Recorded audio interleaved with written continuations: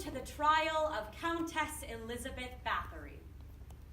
Raise your hand if you've heard of Elizabeth Báthory. What have you heard?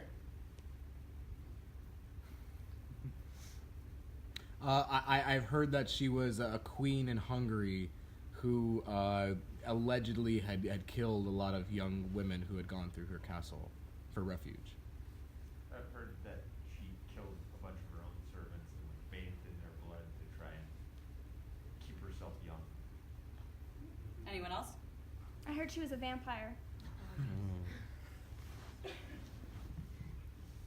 So Countess Erzsébet Báthory Deached, which is anglicized to Elizabeth Báthory, was a 16th century Hungarian countess who was arrested in 1610 for supposedly torturing and murdering anywhere from 80 to 650 young women, many of whom were her own servants.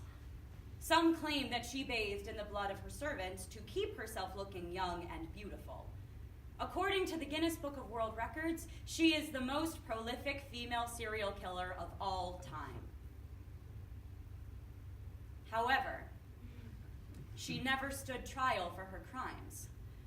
Because of a deal her relatives made with the king, she was placed under permanent house arrest. She died alone in her castle. She never got her day in court. She never got a chance to defend herself. She is getting that chance today. Countess Elizabeth Báthory will defend herself in front of you. You, the audience, will be her jury. Your collective decision, determined by a majority vote, will determine Báthory's fate. Is she innocent? Or is she guilty? That is for you to decide. Listen well. Pay attention. Enjoy.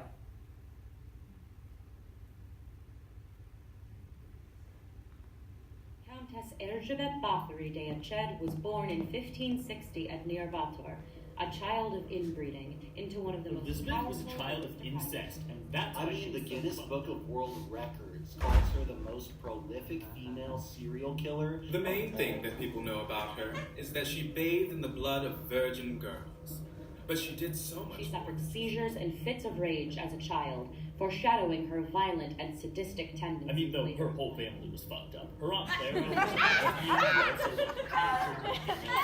Her accomplices used their power as heads of households to find victims for Báthory before she tortured and murdered them. Most of them were around 10 to 14 years old. The younger, the better. The little At girls age were 10, she was engaged to the 16-year-old Count Rarig Nadajdi Dinastad at Forgarsfold. They and I mean, married her in husband was fucked up 1575. too, but he was out of war playing football with the head of the men he just In killed. 1578, Ferenc became the chief commander of the Hungarian troops, leaving Erzsébet to run the household and the estate, as well as protect her husband's estates en route to Vienna, which were being used a threatened by variety the of instruments to torture and murder her victims. A whip, a cudgel, a fire iron, a needle, a pair of cutting shears. And Elizabeth was back at home, or over at bisexual Aunt Clara's estate, having lots of sex with all of these women. Not that she actually did look young and beautiful from all accounts. She died looking She like would an bite old out hag. pieces of flesh from the girls, sinking her teeth into their soft By 1601, virgin the skin. rumors had started. Young servant girls were dying. She attacked them with knives, slashing and cutting until she was Talk splashed. about irony. She tried her best to stay beautiful, and she ended up dying alone, looking like an old... Parents were told they had died of illness, but the locals claimed they were being tortured. When she was sick in bed and couldn't move, she would bring her victims over to her and bite their faces and shoulders instead A of Croatian woman named Ana Dorulja was already living in the Dajdi household and was running a torture and execution mill. Of course, with her knowledge main of lover was Anna Dorvolja, and she was the one who really taught her She how to stuck needles under their fingernails, and if anyone tried removing the needles, she would cut off their She fingers. was like over 50 when she finally died. She'd been under house arrest for 3 years by then. Imagine how awful she was. Dorvolja was smart, and she made sure that all the victims were poor. And In 1604, Ferenc died from a mysterious illness. He entrusted the responsibility of looking after his heirs and widow to Georgi Thurzo. This man would later become the Palatine of Hungary and would later lead the the investigation night of into December crimes. 29, in the year of our Lord, 1610, The snow was falling as we approached Serge the castle, the home of Elizabeth Báthory. She locked her victims in dungeons and beat them until their bodies swelled up from the punishment. She would cut their swollen bodies with razors and hungrily After her husband's death, Elizabeth could no longer rely on his protection from their many enemies, as well as from the consequences. After of her Darvolia deeds. went blind and died, the Countess took over and she started to murder upper-class girls. And By 1610, rumors of Elizabeth's horrific deeds had reached Vienna, and the newly crowned King Matthias II ordered Thurzo to investigate she their got sloppier and sloppier, and the pastor at the church stopped performing Christian burials, which meant that Elizabeth didn't have anywhere to put the bodies. So she fucking dumped them all. She clearly hated herself and lashed out against younger women because she was envious of their youth, and She stripped one of the victims naked, smeared her with honey, and drove her out into the cold, not My allowing men her and I back. leapt off our horses and crept up the thin pathway to the entrance. We did Thurzo and his two notaries collected testimony of her guilt from over 300 witnesses, including some of Báthory's own as we staff. opened the wooden door into her front entrance hallway. A sight so awful met In our December of 1610, Thurzo and his men arrested Elizabeth at Chelles Castle, along A with her young father. servant girl, no more than 14 years of age, lay dead before us, her virgin blood staining the stone. Countess Elizabeth Báthory, you have been charged with multiple counts of adultery, multiple counts of aggravated Although assault. King Matthias wanted her dead, Thurzo was persuaded by Báthory's family to aid in sparing her, and Thurzo convinced King Matthias that a speedy trial and execution would negatively affect the The nobility. air stank of death and unhuman Multiple acts. counts of bisexuality, multiple counts of child abuse, multiple counts of harassment, multiple counts of As we entered the kidnapping. dining room chamber, we found Elizabeth and her accomplices torturing another Elizabeth servant. was placed under permanent house arrest and solitary confinement. Multiple counts of lycanthropy, multiple counts of murder in the first degree, multiple counts of murder in the second. Her name was never to be spoken in polite society again. We rescued the girl and continued on to find more and more wounded servants,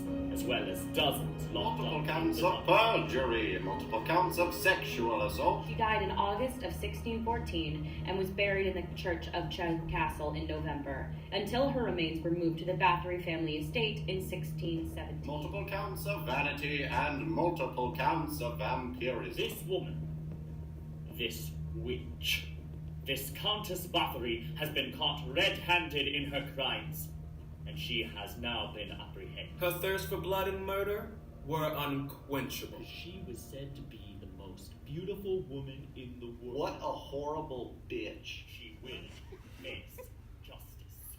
The location of her body is still currently unknown.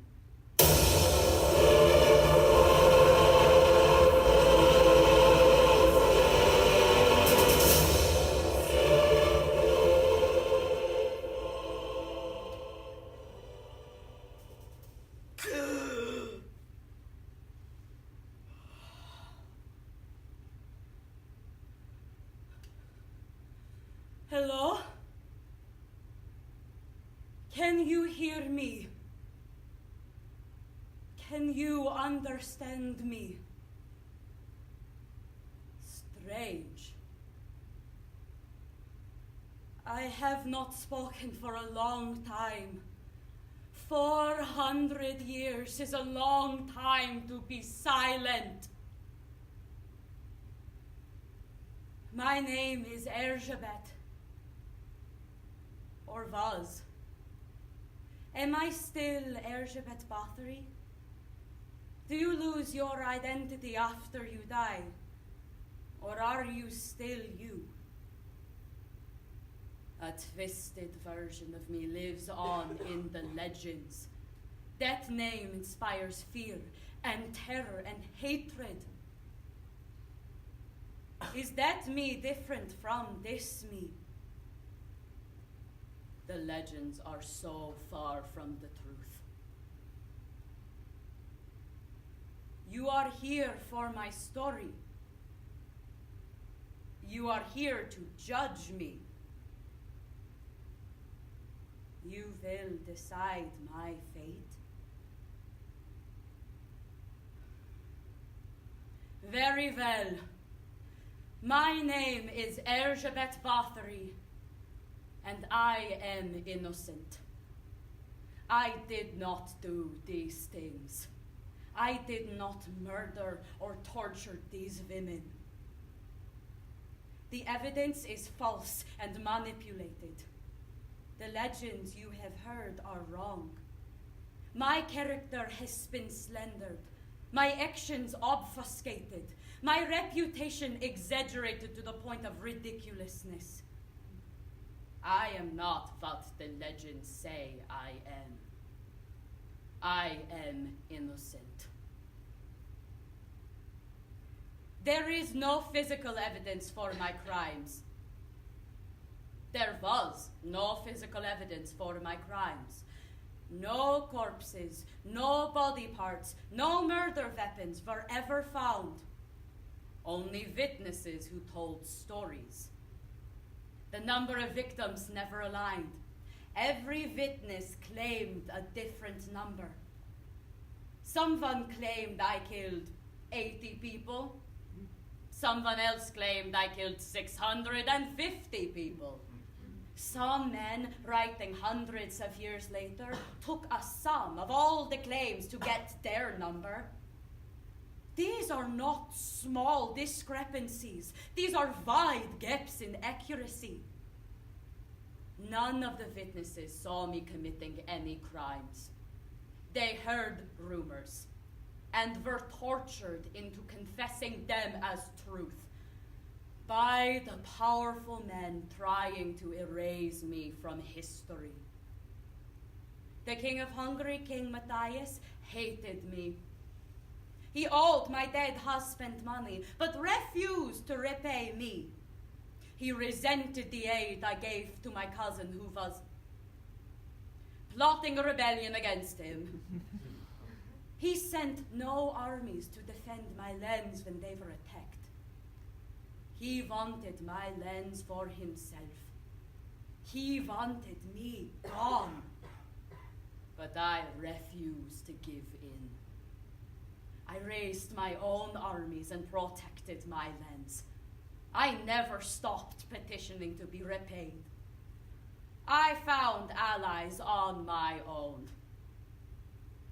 I was a strong and powerful woman in the 16th century.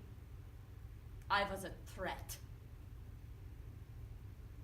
But the rumors were circulating, and King Matthias believed them. He wanted to get rid of me, so rumors and lies were enough to slander my name. I was wiped from Hungarian history. My true story was forgotten, and only the legends live on. Have you heard the legends of Countess Elizabeth Báthory? They say I murdered my servants. They say I was caught red-handed. They say I bathed in their blood. They say I was a vampire, or a werewolf, or a bisexual dominatrix. Unfounded lies. My narrative is no longer one simple story. It has been refracted. I am one iteration, telling you that I am innocent. Did I bathe in blood? Was I a vampire? Was I an envious crone? Did I hate women? No. I never bathed in anyone's blood. There are no records from my time that mention it. The first time it appeared was over 100 years after my death, in a paper written by a Catholic monk named Brother Laszlo. Laszlo invented the blood bathing story. He invented that I thought it kept me looking young and beautiful. He invented that I was a vampire. This aided his Habsburg masters in keeping Europe Catholic. If Protestants like me were vampires, then we were undesirable and untrustworthy. He revived my story, soiled my reputation, and shamed the Hungarian people with my infamy. Laszlo was not a reliable source. But this lie has persisted. So many lies have persisted. Was I a werewolf? No. That came from another man writing about me in his travel log. It was quoted by another man writing about werewolves. Was I an adulterer? A lesbian? Did I have illegitimate children I had murdered? No. All those came from more men writing about me 300 years after I died. They used folklore and peasant stories as their sources. Objectivity and accuracy do not exist in any of these stories about me. I have been turned into a villain. All the men writing about me built on each other's work. They accepted the lies as gospel. But why? Why am I always guilty? Because they want me to be a villain. I was a real person. But it tells a better story if I am a villain. If I am made fiction. If I am the bloody Countess. If I am Countess Dracula. Ah, Transylvania.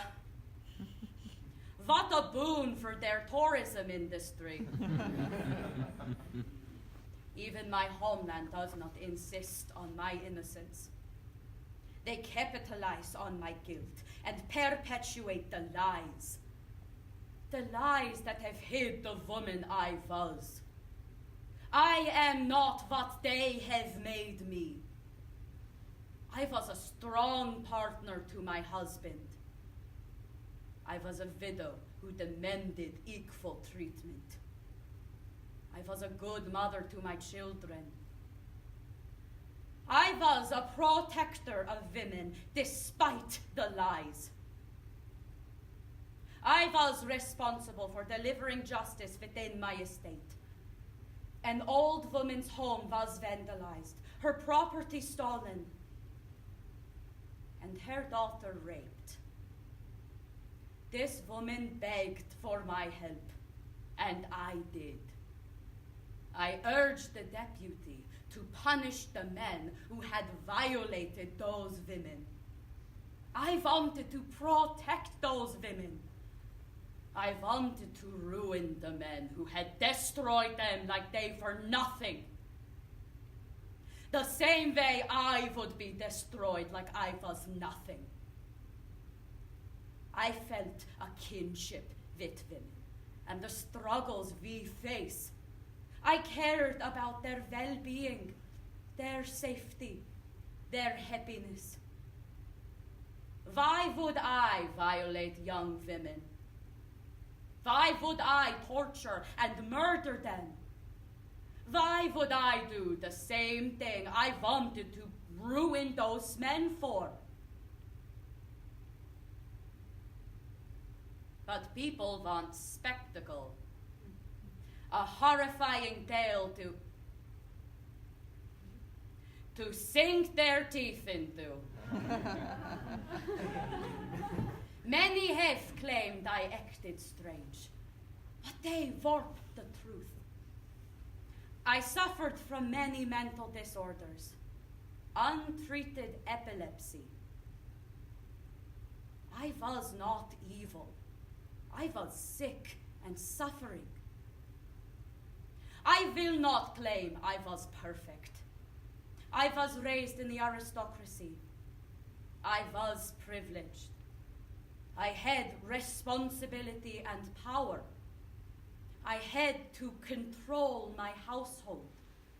I had to control them to ensure order and prevent chaos. The chaos that plagued Hungary. There was a disastrous peasant revolt. They raided villages, murdered priests. They wreaked havoc on the countryside. The nobility stopped the bloodshed. The peasantry were forever made serfs as a future warning. But there were still many peasant revolts within my lifetime. I raised armies to protect my lands, my family. I had to keep order in my household. I had to exercise discipline, to teach them that my household would not fall to rebellious commoners. I would not be disrespected simply because I was a widow. I tried to ensure the safety of myself, my children, and my family. I tried to run the household as best I could. I tried to protect our reputation. But I never sadistically participated in the act of torture or murder. The legends are lies. I am innocent. I am not the villain these men have tried to create.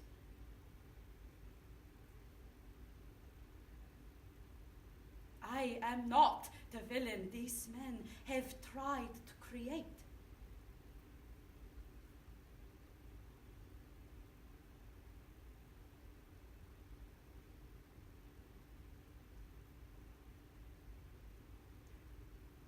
There was no physical evidence, only inconsistent testimony. All we have are stories, stories which are lies, lies written by men, men that never knew who I was. There is a line from one of my surviving letters. Know you this, that I will not allow myself to be dominated by men for long. I will not allow myself to be dominated by men for long. A translation of one of my most famous lines. My legend has been shaped by men. My reputation has been slandered by men. My story has been warped and whittled by men.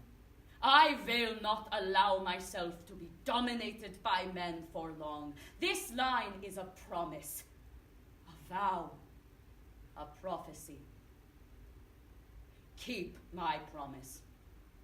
Hold my vow. Make this prophecy come true. Break my refracted narrative. Everyone who told stories about me was biased. Everyone has motive. No one tells the truth. There is no truth. The true story of Erzsébet Báthory is locked in Castle Chesd and will never be known. Even I am not real. I am a construction, a patchwork of research, trying to be as accurate as possible. But with me, with the past, accuracy does not exist. The true story of Erzsébet Báthory does not exist. It is yours to create. Decide my fate. Shape what you believe. Create my story. I was a strong and powerful woman, underestimated and overpowered by the men around me. There was no physical evidence. The legends were born from lies.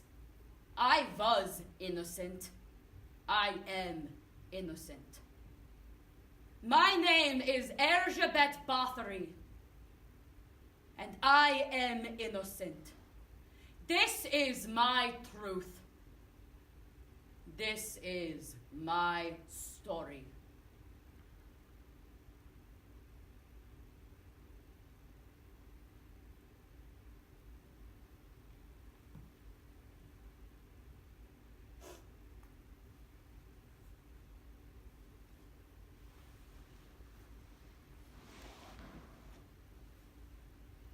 So, raise your hand high if you think she was guilty. Keep them up.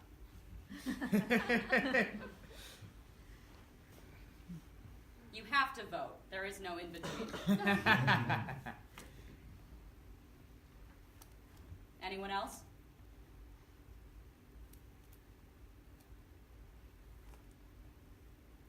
Raise your hand high if you think she was innocent.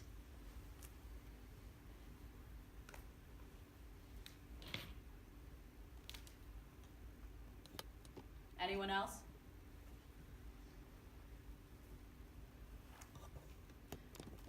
So the majority of you voted innocent. Why?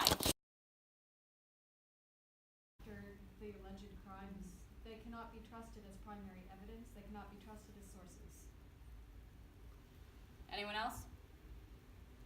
The most salacious kind of parts of the story came later. That's the stuff that you would have been hearing about. You would have heard about the blood as part of the original rumors because that's what people would have enjoyed talking about the most. It wouldn't have appeared later on. I just kind of want her to be innocent. What about those of you who thought she was guilty? Why? I look at this as a trial. And this was her side of the defense. I don't think that listening to a single voice in this story that definitely affected an entire country is enough. Anyone else? In your monologue, you talk about how everyone has a motive, and if you're guilty, you certainly have the strongest motive of anybody. Anyone else? This is not that she's guilty, but in the trial world, lawyer family, sorry, it's still America. So it's now we have the idea of reasonable doubt, and you, to me, provided plenty of it for us to not say, in a trial situation, opinion or not, that we can absolutely say without doubt that you're guilty. Anyone else? In the corner, Rachel. I heard this before, and it's interesting. The time that this was all happening was a very violent time in Hungarian history. So violence at that time is different than what we think of today, was more normalized. So our version of innocent and guilty is different, how she treated her servants, what we perceive that as now. So the lines are a little blurred for me. So the majority of you voted her innocent.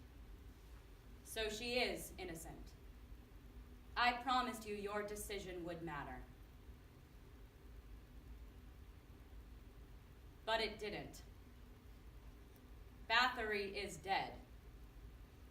And we can't bring her back. If she was innocent, she couldn't prove it.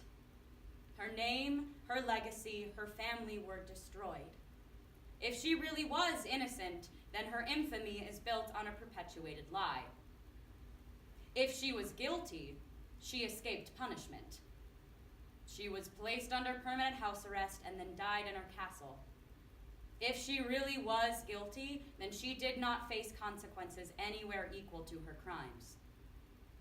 There is no exculpatory evidence. There is no way to truly know. Then what was the purpose of this?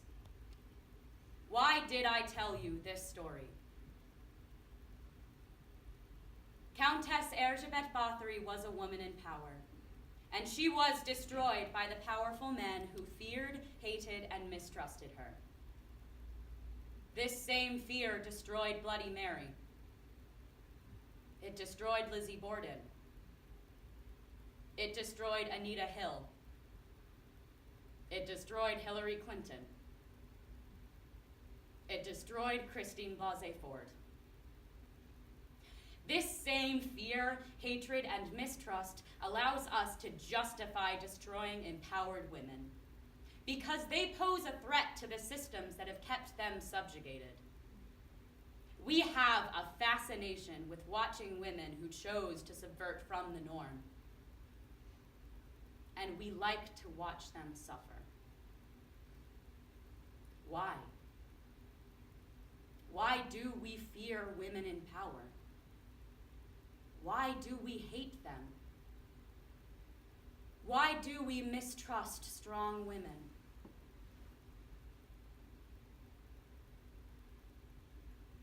I wish I had answers. I'm here to ask questions. So should you. Undo the knot that someone else tied in your brain. And instead of destroying empowered women, destroy the systems that empowered their destruction.